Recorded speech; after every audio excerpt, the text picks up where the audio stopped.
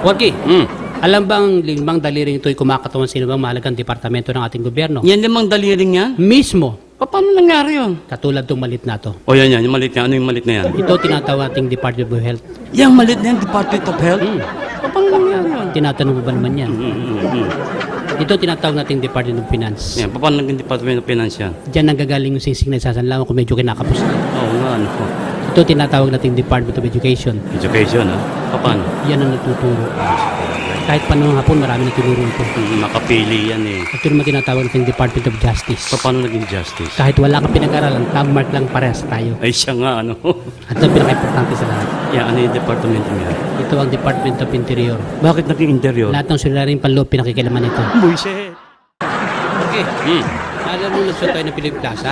Oo, December. Kasabay natin si Shasha Padilla ata. Yun na nga. Oo, bakit? Isipin mo, sa dami ng taong nagkakasiyahan nun, meron isang tao sa gilid na pinipilit ubusin yung isang boteng alak na ganyan. Ibig sabihin, habang tatawa ng mga tao, doon mo siya sa sulok, nagluon sa alak. Mismo. Baka may problema yung tao. Ang ginawa ko nga pare, right after our show, nilapitan ko. Tama. Bilang isang Kristiyano, para meron mura akong obligation sa aking mga kapatid. Right, tama. Kinausap ko, kapatid, kako, ang tao habang nabubuhay may pag-asa ka. Tama. Yung nga mamatay ka, may pag-asa ka, tapos Sandali. Okay. Yung buhay may pag-asa, pero yung patay, wala nang pag-asa. Diyan kakulang ng impormasyon, Porky. Ang tao pag namatay, may pag-asa pa.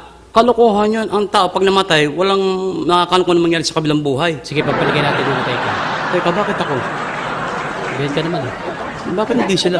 Wala nang manunood. Ba't di na lang yung mga waiter? Kaya mo sila maghanap buhay. Bakit nga ako? Halimbawa lang naman, bayad ka naman eh. Sige, ako na. Halimbawa mamatay ka, two things may happen to you.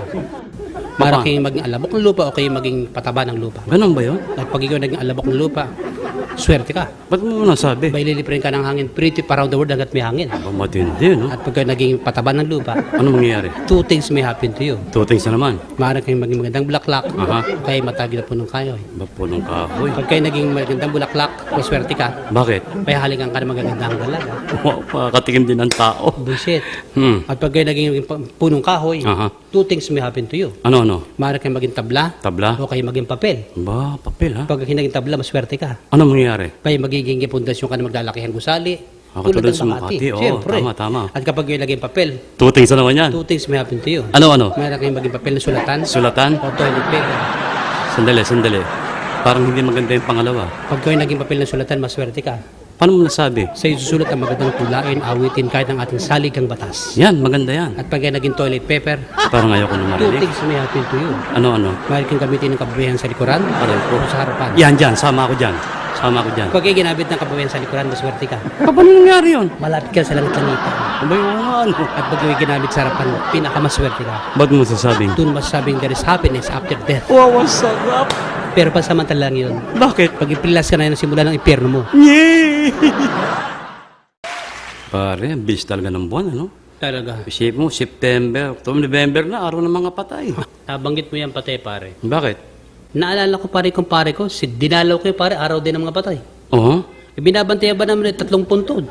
Ma'am, ba't hindi? Tatlo, ha? Hindi nga ako nakatis, tinanong ko pare. Sino ba yung nasa unang puntod? Sino raw yun? Asawa niya raw. Anong kinamatay? Abay kumain daw ng wild kabuti ba yun, mushroom? Yung mushroom. Oo. Matindi talaga yan, delikado yan. Tapos tinanong ko yung pangalawa. Sino naman daw yung pangalawa? Asawa niya rin yung tao. Asawa niya rin. Oo, at ang kinamatay pare, wild kabuti rin. Kabuti rin, ha? Oh, grabe. Yung pangatong, sabihin asawa niya rin yun. Mismo. Yung sabihin kinamatay, kabuti rin. Ah, hindi. Anong kinamatay? Pumutok ng ulo. Bakit pumutok ang ulo? Ayaw kumain ng kabuti. Buisit! Ba't ganito, Porky? Bakit? Globe naman ito ginagamit ko, bakit hindi ako makakuha ng signal?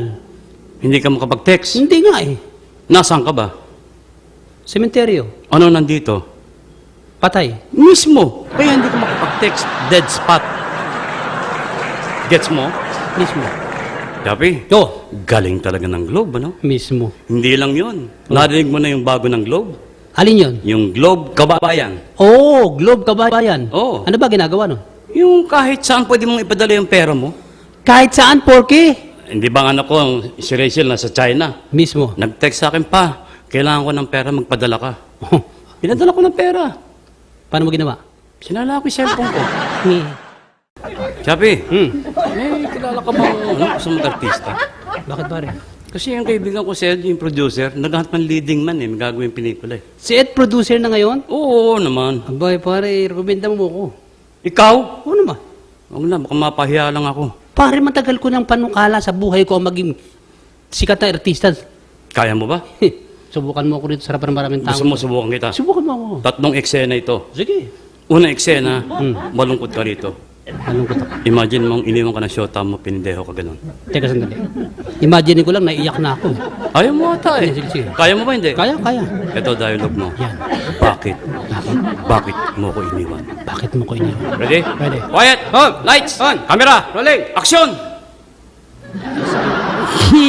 Bakit? Bakit mo ko iniwan? Bakit mo ko iniwan? Kaya mo ba hindi? Kaya? Quiet! Yup. Lights! On! Camera! Rolling. Action! Bakit mo ko iniwan? Galing, galing, magaling. Pangalawang pagsubok. Dito, masaya ka rito. Masaya. Imagine mo, bumalik yung shota mo, may anak na kayo. Sandali. Bumalis sa single, bumalik kami anak, matutuwa pa ako? Ayaw mo, wala kang pagod. Walang yan. Ayaw mo ata O eh. sige, biro lang naman. Kaya yun mo eh. ba? O kaya.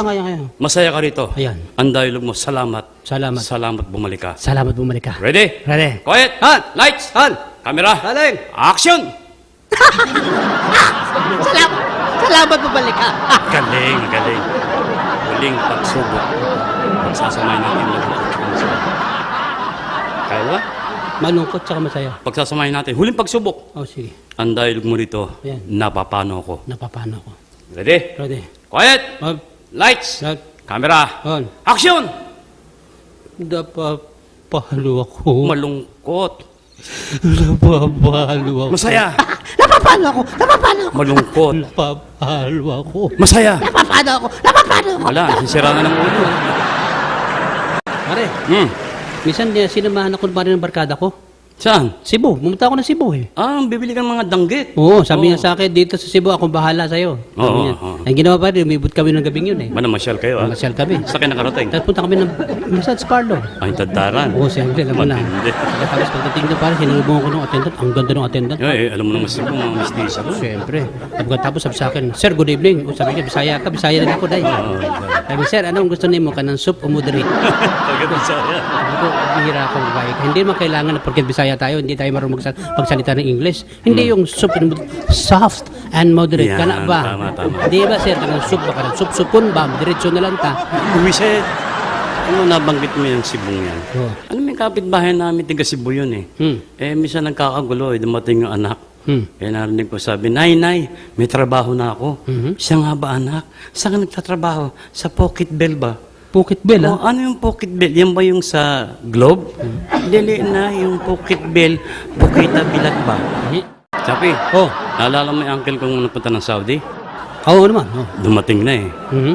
Nung gabing nga sabi ko, Uncle, total matagal ka sa Saudi, alam kong bawal ang babae ron eh. Ako, Uncle, titreat kita, samahan kita.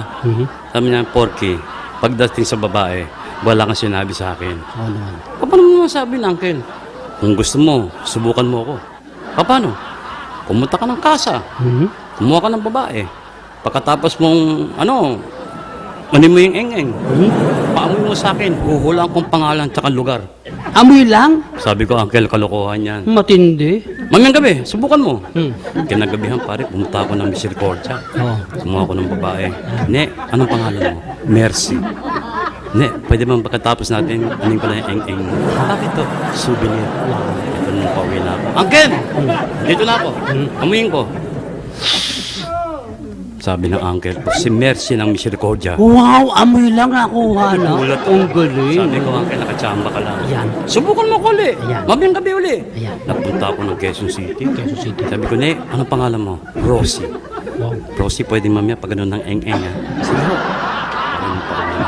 Uncle, andito na ako. Amuyin ko. Si Rosie ng Quezon City. Ang galing. Tama naman. Matindi. Hindi, uncle. Tsamba, isa na lang. Isang subok na lang. Yan. Lumabas ako. Sabado. Oo. Ang dami tao. Wala akong makuhang babae. Nakabook eh. Uy, pauwi na ako. Sabi ko, paano kaya ito? Yan. Ginawa ko, ginanong ko yung puwit ko. Walin? Yung puwit ko, ginanong ko. Oh. Sabi ko, uncle, nandito na ako. Yan. Amuyin ko. Amuyin ko nga uli. Bago yan. Pakilala mo naman ako. Pambira naman yung uncle ko, pati pitog, isang banatan. Yeah.